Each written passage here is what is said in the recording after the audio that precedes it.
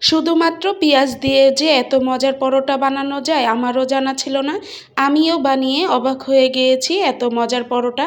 আসসালামু আলাইকুম বন্ধুরা, স্বাগত জানাচ্ছি তোমাদের নতুন একটি রেসিপি দেখার জন্য। আশা করছি আজকের এই নাস্তার রেসিপিটিও তোমাদের কাছে ভীষণ ভালো লাগবে। আজকের নাস্তার রেসিপির জন্য এখানে আমি 1 কাপ গমের ফ্রেশ আটা নিয়েছি। আমি কম করেই বানাচ্ছি, তোমরা চাইলে আরও বেশি করে নিয়ে বানাতে পারো বন্ধুরা। এখানে দিয়ে দেব স্বাদ মতো লবণ, 1 টেবিল চামচ রান্নার তেল দিয়ে আমি হাত দিয়ে ভালো করে ময়ন করে নেব। তেলটা ভালো করে ময়ন করা হয়ে গিয়েছে, দেখো বন্ধুরা কত সুন্দর হয়েছে। এখন আমি নরমাল পানি দিয়ে ডোটা করে নেব। ডোটা নরম করা যাবে না, শক্ত করে আমি ডোটা করে নিয়েছি। এখন ঢেকে রেখে দেব 10 মিনিটের জন্য। এখানে আমি পেঁয়াজ কুচি নিয়েছি হাফ কাপ। অল্প লবণ দিয়ে আমি পেঁয়াজটাকে মেখে নেব। পেঁয়াজটাকে মেখে ভালো করে চিপড়িয়ে আমি ধুয়ে নেব। তো আমি ভালো করে পানি ঝরিয়ে ধুয়ে নিয়েছি।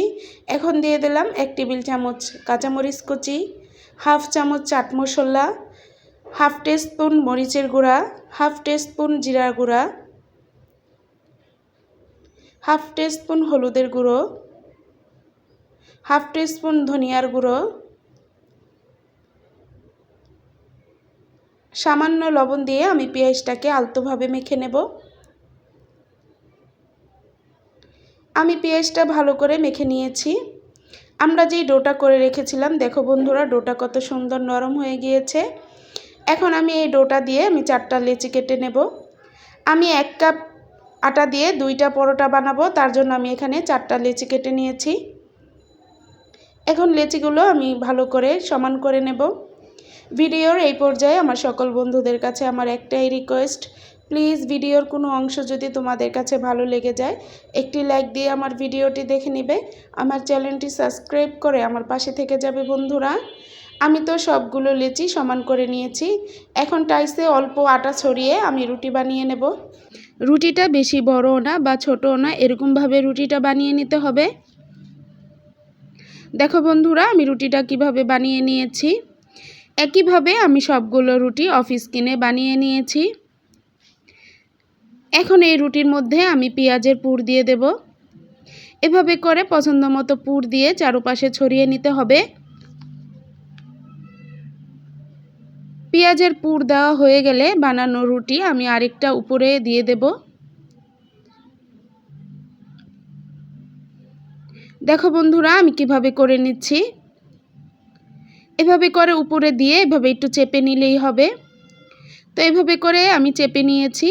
এখন একটা লাইফের সাহায্যে আমি কেটে নেব। দেখে বুঝে নিতে হবে বন্ধুরা আমি কিভাবে করে কেটে নিচ্ছি, কতটুক মোটা রেখে। এই পরোটাটা দেখতে যেমন সুন্দর, খেতে ভীষণ মজা। মেহমান আপ্যায়ন বা স্পেশাল গেস্টের জন্য এই রেসিপিটি করিয়ে দিতে পারেন বন্ধুরা। দেখো বন্ধুরা আমি কিভাবে কেটে নিয়েছি। এখন এভাবে করে একটা নিয়ে এভাবে করে ফোল্ড করে নেব। আমি একটার উপরে আরেকটা এভাবে করে ফোল্ড করে নেব। দেখো বন্ধুরা আমি কিভাবে করে নিচ্ছি।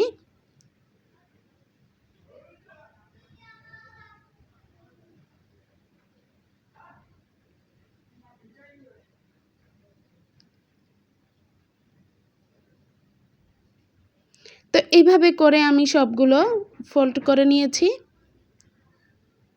দেখো কত সুন্দর লাগছে। এই কোণা যদি বের হয়ে যায় তাহলে এভাবে টেনে এভাবে করে দিয়ে দিতে পারো বন্ধুরা। দেখো আমি কিভাবে করে নিয়েছি। এখন অল্প আটা ছড়িয়ে আমি এটাকে বেলে নেব। দেখো বন্ধুরা কত সুন্দর লোভনীয় লাগছে। এখনই অল্প আটা ছড়িয়ে আমি পরোটাটা বেলে নেব। পরোটাটা বেশি মোটাও না বা পাতলাও না, এরকমভাবে বেলে নিতে হবে।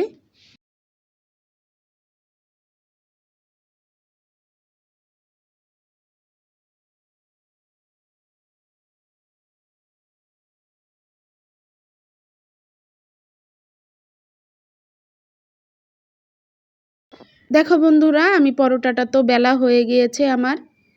আমি আরেকটা পরোটা অফিস কিনে বেলে নিয়েছি, কারণ বন্ধুরা 2টা পরোটাই যদি বেলা দেখাতে যাই তাহলে ভিডিওটা অনেক বড় হয়ে যাবে। তার জন্য আমি একটা পরোটা অফিস কিনে বানিয়ে নিয়েছি। আগে থেকেই আমি চুলায় একটা প্যান বসিয়ে প্যানটাকে গরম করে নিয়েছি। এখন বানানো পরোটাটা দিয়ে দেব। দিয়ে কিছুক্ষণ সময় অপেক্ষা করে নিয়েছি। এক পাশ হালকা হয়ে গেলে এখন একটা হাতার সাহায্যে আমি উল্টিয়ে দেব। পরোটাটা আমার হালকা করে ভাজা হয়ে গিয়েছে। এখন এর মধ্যে দিয়ে দেব তেল। তোমরা চাইলে বাটার ঘি দিয়েও ভেজে নিতে পারো বন্ধুরা। আমি সামান্য তেল দিয়ে পরোটাটাকে এই পাশ ওপাশ করে ভেজে নেব। এই পরোটাটা যখনই বানাবে চেষ্টা করবে গরম গরম খাওয়ার জন্য। এই পরোটাটা গরম গরম খেতে ভীষণ মজা।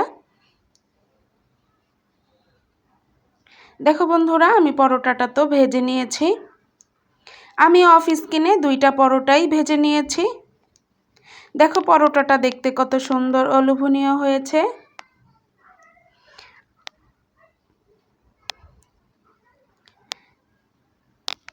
দেখো বন্ধুরা, পরোটাটা কত সুন্দর ও লোভনীয় লাগছে।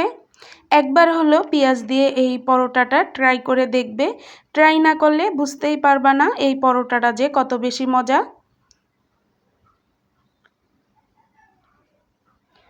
যেমন নরম তুলতুলে তেমনই মজা।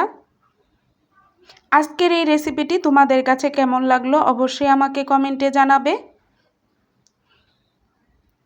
আজকের রেসিপি এই পর্যন্তই। সবাই ভালো থাকবে, সুস্থ থাকবে। আল্লাহ হাফেজ। আসসালামু আলাইকুম।